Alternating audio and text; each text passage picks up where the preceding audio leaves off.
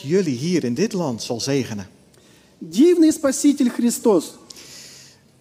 Onze Heere is een wonderlijke redder. Ты самый лучший мой друг. Je bent mijn allerbeste vriend. Все я тебе отдаю. Ik wil je alles geven. Сердце, любовь, жизнь свою. Mijn hart, mijn leven en mijn ziel.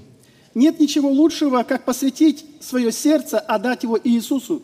Het is niks mooiers bestaat er dan je leven en je hart aan Jezus te geven. Он хочет совершать чудеса и сегодня, и завтра. En hij wil nog steeds wonderen doen vandaag en morgen. Но Он хочет также, чтобы наше сердце было готово к этому. Maar hij wil ook dat ons hart daarvoor klaar is. Не только слышать, но и видеть Его в жизни своей. Niet alleen maar om te horen over deze wonderen, maar ook om zelf te zien. Да будет имя Господа благословенно и прославлено в жизни нашей. Dat de naam van de Heer zal geloofd worden in ons leven. Аминь. Amen.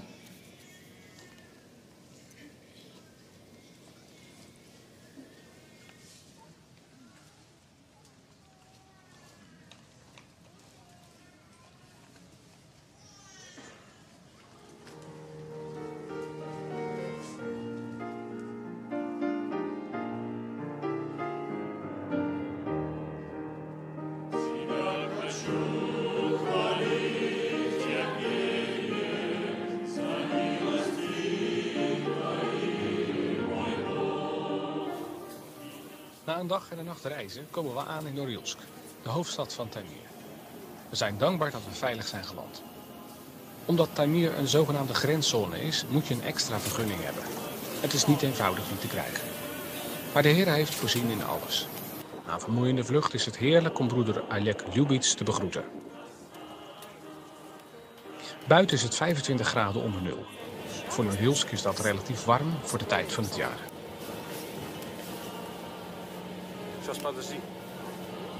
Dominee van der Toorn uit Bunschoten en dominee van Spijker van de Zending zullen spreken tijdens de evangelistenconferentie die de komende dagen in Norilsk belegd wordt. Binnen is het behagelijk warm. Het gezin Ljubits wacht ons op. In de keuken staat het eten klaar.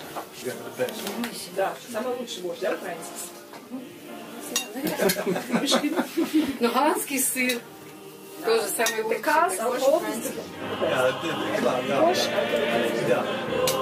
Я рассказываю, что это половина дня звонила, когда по поводу квартиры советую, что это далеко близко. И что-то она, я говорю, что привезти с Москвы? Да, Олег часто бывает. De stad Norilsk is in de jaren 30 gebouwd door dwangarbeiders en ligt ver boven de Poolcirkel. Duizenden gevangenen vonden in de mineraalmijnen de dood. Inmiddels wonen er in Norilsk 177.000 mensen. Er is geen andere stad zo hoog boven de Poolcirkel waar meer dan 100.000 mensen wonen. De winter duurt er zo'n 8 maanden en de temperaturen tot -50 zijn 's winters heel gebruikelijk. Norilsk is een echte industriestad. Er zijn diverse mineraalmijnen en metaalbewerkingsbedrijven. Goud, nikkel, platina, telluur en zilver. En daarnaast nog allerlei andere metalen en mineralen worden hier gedolven en bewerkt. Het is een van de meest vervuilde steden ter wereld. Er worden dagelijks 16 maal zo hoge concentraties schadelijke stoffen uitgestoten als in Nederland. In deze stad is ook een gemeente, een christelijke kerk. Deze gemeente is actief in evangelisatiewerk en komt om verschillende momenten in de week samen rondom het woord van God. Er is warme betrokkenheid op elkaar en op mensen die God niet kennen. Tijdens ons bezoek zijn er vanuit heel het gebied Taimyr evangelisten gekomen. Het gebedshuis wordt gebruikt voor een toerustingsconferentie. De hoofdsprekers tijdens deze conferentie zijn dominee van Spijker en dominee van der Toorn. De ontmoeting met de broeders evangelisten is hartelijk. Ook zij vinden het fijn om hier elkaar weer te ontmoeten. Sommige broeders wonen 1500 kilometer bij elkaar vandaan. Ontmoeting is dan ook een belangrijk aspect van deze conferentie. De conferentie wordt geopend met samenzang.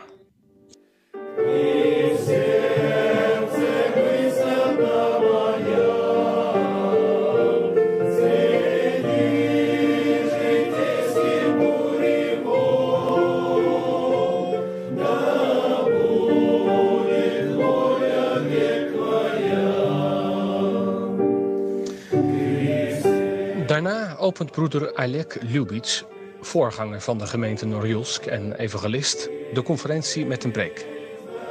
Na de preek is er ruimte voor gebed. Dominee van der Toorn bijt daarna het spits af met een lezing over Christus in het Oude Testament. God is goed voor ons. Бог очень благ к нам. Hij geeft ons aan elkaar. Он дал нам друг друга. Deze conferentie wil ik met u in 3 lezingen stilstaan. Hij geeft tijdens de conferentie 3 lezingen.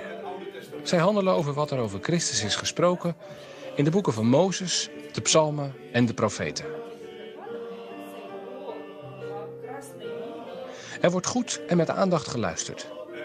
Aantekeningen worden gemaakt, belangrijke informatie opgeschreven. Want de mens werd geplaatst in een tuin. Мы читаем, что человек, он жил в саду Эдемском, In het paradijs. в раю, то есть. Maar die tuin was tegelijk ook tempel. Но этот сад Эдемский, он одновременно был и храмом. Dat was de plek waar God en mens elkaar ontmoeten. Почему? Na de lezing wordt de zaal in een mum van tijd omgebouwd tot een eetzaal. Er wordt met tafels geschoven, banken worden vertild en vanuit de keuken komen zusters met dampende schalen soep en aardappelpuree de ruimte binnen. Tijdens de maaltijd is er opnieuw veel ruimte voor ontmoeting en gesprek. Na de maaltijd wordt de zaal klaargemaakt voor de middagbijeenkomst. 'S Middags spreekt dominee van het Spijker. Hij spreekt over de tijd tussen het Oude Testament en het Nieuwe Testament. Hebben de apocryfe boeken enig nut voor christenen vandaag de dag? Dat soort vragen worden behandeld. Ook tijdens deze lezing is er weer aandacht voor de stof. Die armee de Syriër attackeren. Возможно, подумал, вот это воинство, вот эти огненные колесницы, огненные кони сейчас накинутся, пойдут в атаку на войско сириян и истребят их. God macht unsere Feinde zu. Na de lezingen is er ruimte om met elkaar in discussie en gesprek te gaan. Er worden allerhande vragen gesteld.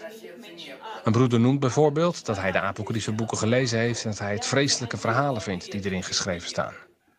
Wat is precies het nut om daarmee met de mensen in mijn dorp daarover te spreken? Een andere broeder heeft een vraag over de vertaling van de Bijbel en de oorspronkelijke teksten.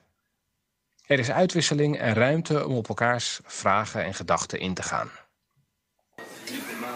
Inmiddels gaat de klok richting 5 uur.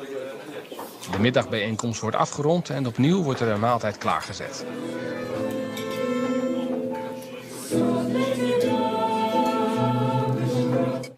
Daarna is de conferentiedag ten einde en kunnen we voor een pauze terug naar ons logeeradres.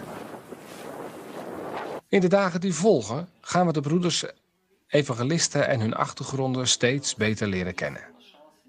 Ze stellen zich voor en delen korter of langer hun levensverhaal en vertellen iets over hun dienst. Ze vertellen hoe God in hun leven kwam, waar ze werken en hoe ze evangelist werden en met welke beproevingen ze te maken hebben. We raken steeds meer onder de indruk van het werk van God in deze onherbergzame wereld van sneeuw en ijs. Na elke conferentiedag wordt er in de avond een samenkomst met de gemeente belegd.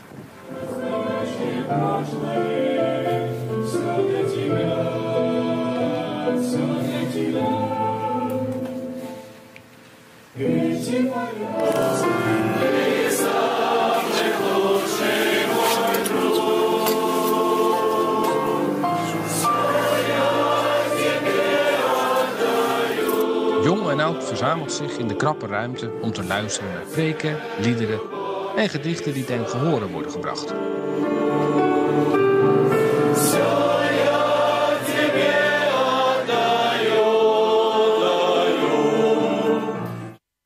Tijdens deze kerkdiensten krijgen de Nederlandse predikanten ook ruimte om het woord te bedienen. Die leert ons dat het kan. Dat we het kunnen. Die maakt het mogelijk door ons leven. Om geschenk voor de wereld te zijn. Om hun noden aan te zien. En daarin te voorzien. En om zo te getuigen van de liefde van de Vader. Iedereen die wil, kan deelnemen aan deze diensten. Zusters uit het volk van de Dolgana zingen een lied.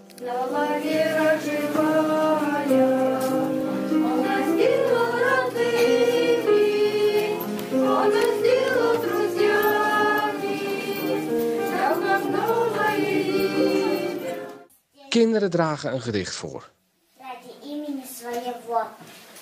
Если я пойду на долиной смертной тени, не убоюсь зла, потому что ты со мной. Твой жезл и твой посох, они успокаивают меня. Ты приготовил... En een oma zingt ontroerd haar lied.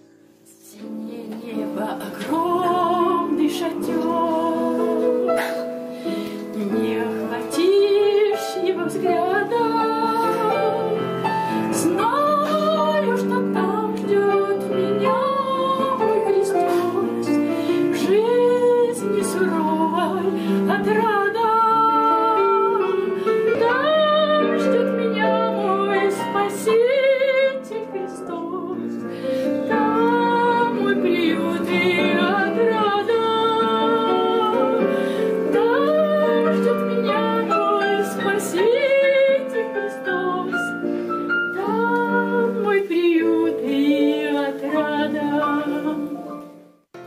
En het gezin Lubitsch zingt eveneens voor de gemeente.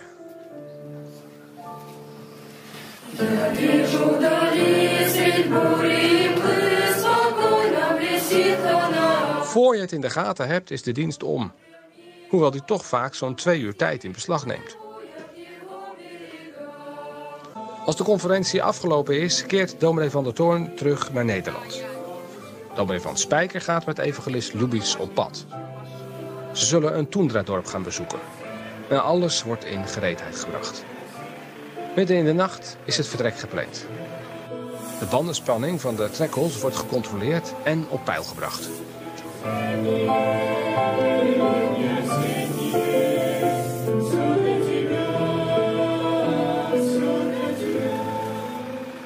Dominee van Spijker zit klaar voor vertrek.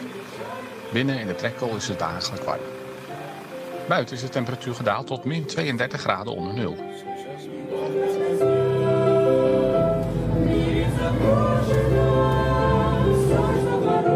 Als de stad slaapt, vertrekken we.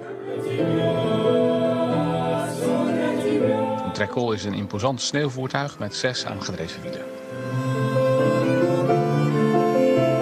Het besturen van een trekkel is een intensieve klus. Rijden over de toendra vraagt veel concentratie van de bestuurder. Je moet uitwijken voor hobbels en daardoor ben je continu aan het sturen. Daarnaast wisselt de snelheid en het toerental voortdurend, zodat je veel moet schakelen.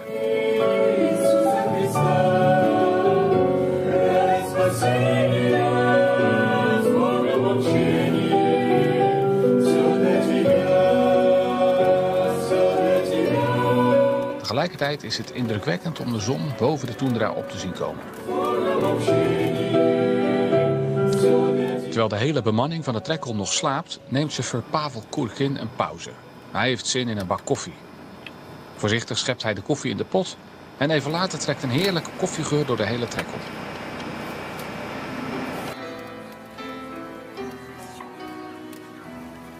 Langzaam worden de andere passagiers wakker en het ontbijt wordt klaargemaakt.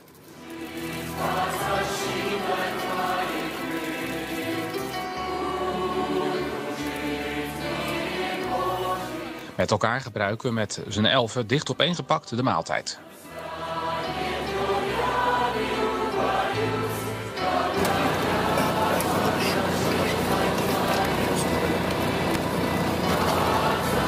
Een trekkel verbruikt tijdens het rijden veel brandstof. Er zijn op de toendra geen tankstations, dus de brandstof moet je zelf meenemen.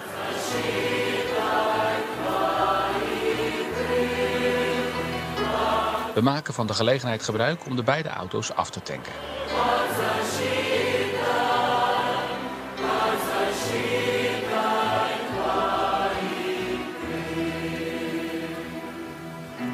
We hebben de zon op zien komen, 's morgens in de vroegte, en zien hem nu weer ondergaan.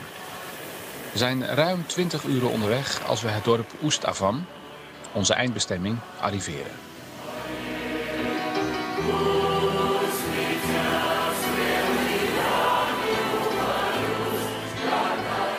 Alles wat we nodig hebben om de nacht door te brengen, halen we uit de auto. Broeder Alek heeft een afspraak met een van de bewoners dat we bij hen zullen logeren. De vrouw des huizes bakt viskoteletten voor ons.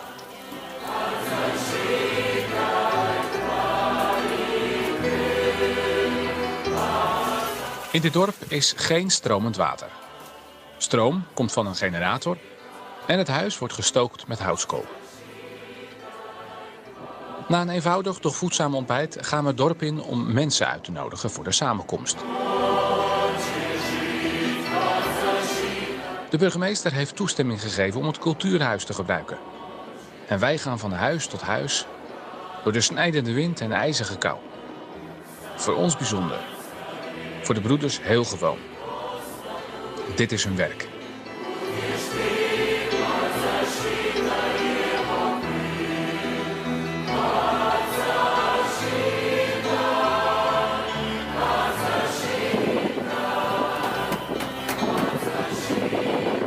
Regelmatig worden ze afgewezen. En een en andermaal komen ze in huizen waar geen licht, hoop of vreugde te vinden is.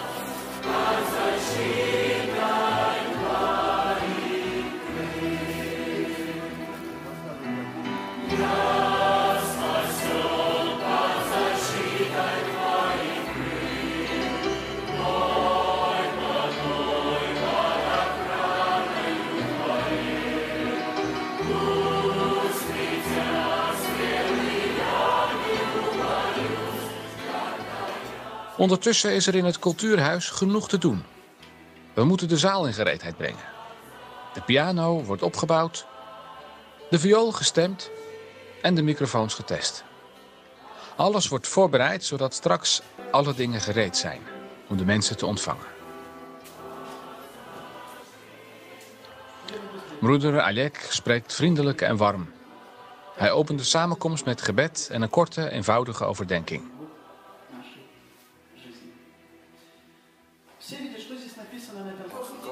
Dat ze ook van jullie houden. Ze zijn gekomen. Wat was hun doel? Mensen over de Heer Jezus zijn liefde. Ook dominee van het Spijker krijgt de gelegenheid een evangelisatieboodschap te brengen. Als je je trots kunt verliezen, dan zul je Jezus. Veel liederen die gezongen worden zijn eigenlijk een gesprek met de hoorder. Met teksten als: weet u dat u alleen gelukkig kunt worden. Dat je ziel alleen geluk kan vinden als hij Jezus kent.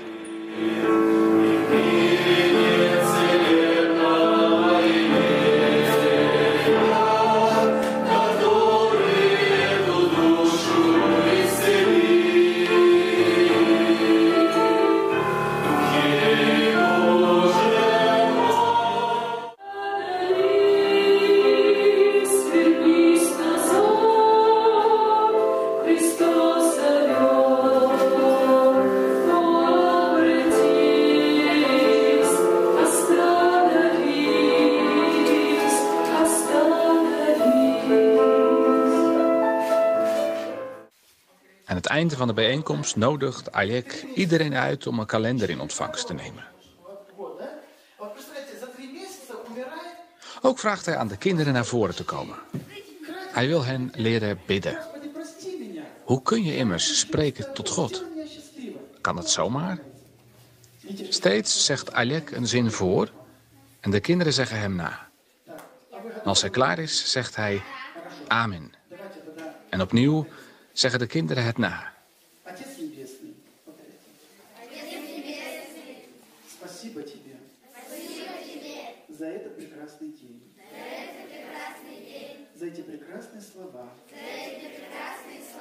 За то, что ты являешься любовью. Ты являешься светом. И ты нас хочешь спасти. Ты нас хочешь сделать счастливыми. Прости нас за грехи наши. Мы хотим с тобой жить. И для тебя жить. Сохрани нас от всякого зла. Аминь. Dit moeten jullie thuis ook doen, vervolgt hij. De burgemeester van het dorp Oest-Avam is ontzettend blij met ons bezoek. Voorheen was hij vol weerstand. Maar nadat Alek hem heeft gered toen hij zonder benzine op de toendra verdwaald was, is hij bijzonder hartelijk. Na afloop van de dienst krijgt iedereen een kalender. Aan de kinderen wordt snoepgoed uitgedeeld. Iedereen gaat naar huis.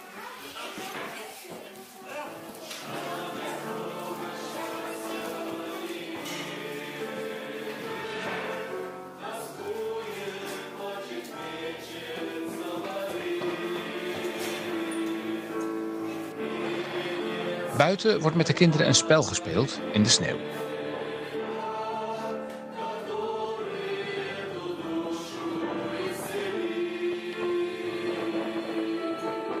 Nog dezelfde avond vertrekken we. We gaan terug naar Norilsk. Vanwege de weersomstandigheden is de verwachting dat we er langer over zullen doen. Het wordt een tocht van 22 uur. We zijn onder de indruk gekomen van het werk dat hier in Taimyr gedaan wordt. De levensomstandigheden zijn zo ontzettend hard. Er is in de dorpen geen hoop of licht of enig perspectief. Mensen gaan verloren zonder dat ze Jezus kennen. We hebben de diepe bewogenheid van de broeders gezien. En hun bereidheid om heel ver te gaan om mensen over Jezus te vertellen. Ze hebben gebed nodig. Uw gebed. Opdat de Heer nog heel veel mensen op het schiereiland Taimyr zal toevoegen aan de gemeente die zalig wordt. Vermoeid, onder de indruk en dankbaar voor de bescherming van de Heer keren we na 2 weken terug naar Nederland. Enkele dagen voordat de vluchten tussen Rusland en Nederland allemaal geannuleerd worden vanwege de coronacrisis, komen wij op tijd op Schiphol aan. Slava Bogu, zoals ze in Rusland zeggen. Of God zij dank.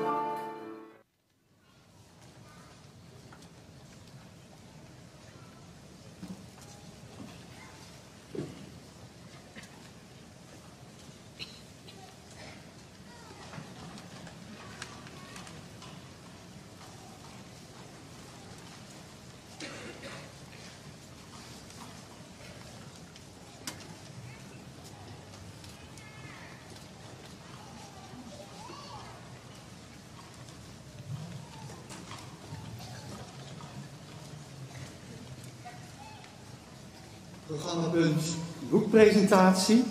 En eigenlijk wilde ik nu eerst uitnodigen op het podium onze broeder evangelist Oleg Lubitsch, dominee W. van Spijker en Kees Eikelenboom. Willen jullie op het podium komen? En wat is het mooi, zo dat we eerst het getuigenis hebben gehoord. Daarna de video, het prachtige werk wat gedaan mag worden. Zoals u ziet heeft de deputaatschap Evangelisatie Siberië van de Christelijk Gereformeerde Kerken de mogelijkheden om het werk te ondersteunen in het gebied van Taimyr. En u ziet ook op de video, heeft u dat kunnen zien, dat zij niet alleen de ondersteuning doet in de middelen, maar dat zij dan